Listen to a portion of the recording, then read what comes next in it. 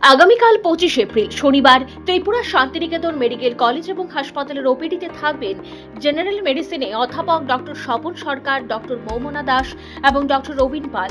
Orthopaedic বিভাগে থাকবেন অধ্যাপক ডক্টর ভূপেশীর এবং ডক্টর নবারুণ দেবনাথ।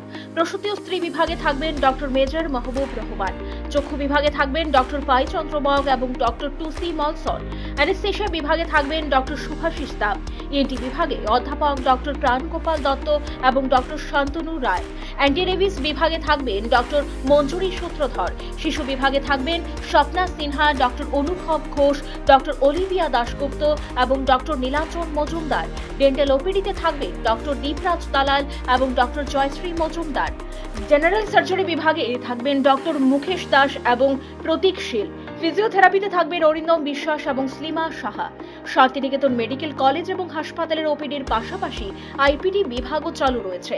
আইপিডি বিভাগে আয়ুষ্মান ভারত পরিষেবার সুযোগও উপলব্ধ রয়েছে। জেনারেল মেডিসিন, জেনারেল সার্জারি এবং চোখের চিকিৎসা, এই তিনটি বিভাগে আয়ুষ্মান কার্ডে স্বাস্থ্য পরিষেবা দেওয়া হচ্ছে। আপনার স্বাস্থ্য আমাদের দায়িত্ব।